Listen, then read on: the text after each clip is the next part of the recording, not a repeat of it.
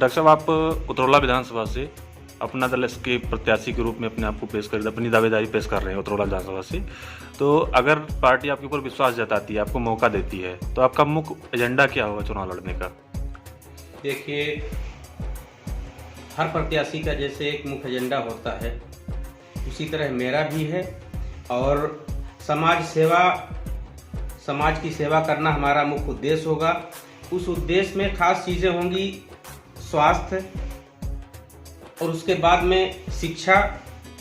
उसके साथ साथ जो बहुत पिछड़े इलाके हैं, जो रोड से भी बहुत ज़्यादा दूरी पर हैं, जो अभी तक रोड से कनेक्ट नहीं हुए हैं, जो गांव हैं, आप हम सब जानते हैं कि हमारी ज़्यादातर आबादी देहातों में रहती है, और कहीं ना कहीं उनको अपने बच्चों को पढ़ाने के लिए, उज्जवल भविष्य के लिए कहीं ना कहीं उनको ज़रूरत है एक अच्छे स्कूल की, और उस स्कूल को जाने के लिए उनको ज़रूरत है एक रास्ते की। तो अगर वो बहुत ज़्यादा पिछड़े क्षेत्र में हैं तो सबसे पहले उनके लिए रोड की व्यवस्था होनी चाहिए। उसके बाद वो अपने बच्चों को स्कूल तक पहुंचा पाएंगे, या स्कूल वाले उनके बच्चों को ला करके शिक्षा दे सकेंगे।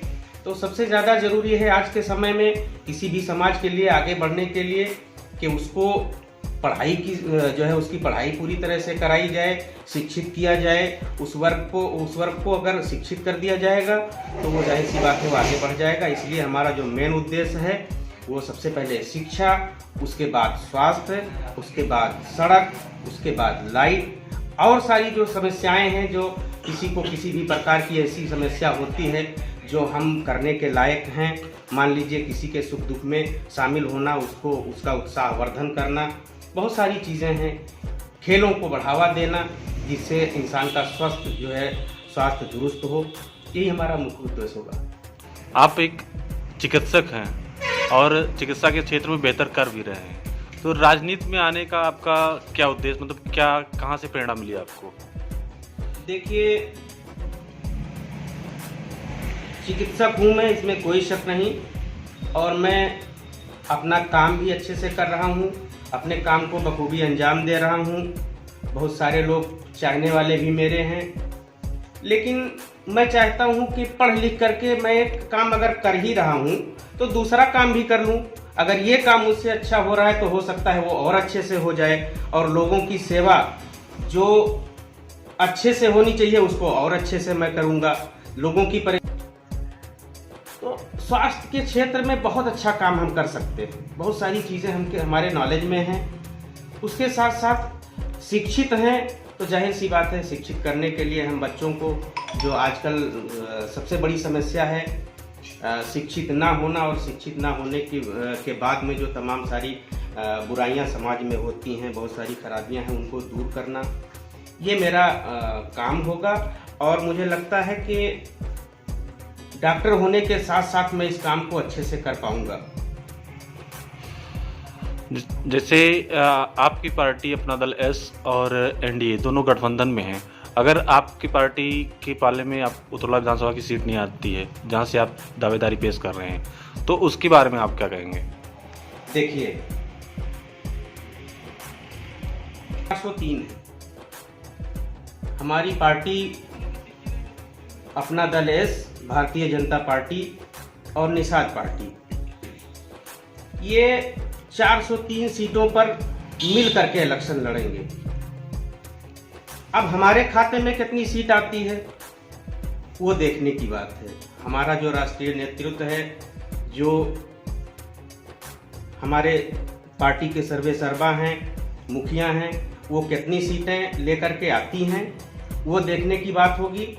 उसके बाद हम देखेंगे, अगर हमारे खाते में सीट आती है तो हम सिफारिश करेंगे भारतीय जनता पार्टी, निषाद पार्टी के लोगों से कि वो हमारी मदद करें। अगर ये सीट उनके खाते में जाती है तो हम सब बढ़ चढ़ करके उनकी मदद करेंगे। किस कैंडिडेट को वो टिकट देते हैं, किसको टिकट देते हैं, क्या होगा, कैसे होगा, ये सारी चीज़ें वो तब हल हो जाएंगी। अभी हम लोग कोशिश कर रहे हैं, हमारे पार्टी के सभी सदस्य जो हैं, वो पदाधिकारी जो हैं, वो सारा मेहनत कर रहे हैं। ये जो 25, 30, 35, 40 जो जिस तादाद में सीटें मिलेंगी, जो हमारा राष्ट्रीय नेतृत्व लेकर के आएगा, उन सीटों पे कहीं ना कहीं इलेक्शन लड़ाना ही लड़ाना है। वो विधानसभा चुन करके जब वो लोग देंगे, अगर वो उतरौला एक विधानसभा उतरौला भी होगा तो उसमें हम आएंगे और हम सब लोग, आप सब लोगों से, अपने चाहे निषाद पार्टी के लोग यहाँ कुछ जुड़े हुए जो है कार्यकर्ता हैं, पदाधिकारी हैं, भारतीय जनता पार्टी के पदाधिकारी हैं, हम सबसे रिक्वेस्ट करेंगे, हम सबसे मिलेंगे कि आप हमारी मदद करिए। कोरोना महामारी में जहाँ पूरा विश्व जूझ रहा था, सारे लोग तरह तरह कर रहे थे, वहीं हमारी एनडीए गवर्नमेंट ने और हमारी साझा सरकार, वो केंद्र सरकार हो या राज्य सरकार हो, सबने मिल करके जो है कोरोना जैसी महामारी को बहुत अच्छे से मैनेज किया। और उसके साथ साथ वैक्सीन भी सर्वप्रथम हमारे देश में ही तैयार हुआ। इस बीच जब नौकरियां और चली गई, बहुत सारे लोग परेशान हो रहे थे, बहुत सारे गरीब परेशान हो रहे थे। उन गरीबों के लिए हमारी सरकार ने गरीब कल्याण योजना के तहत लोगों को राशन वितरण शुरू किया लोगों के बीच में। और धीरे धीरे एक टाइम ऐसा आया कि जब उस राशन को 2 गुना कर दिया गया, और जब महीने में 1 बार मिलता था वही राशन अब 2 बार मिल रहा है।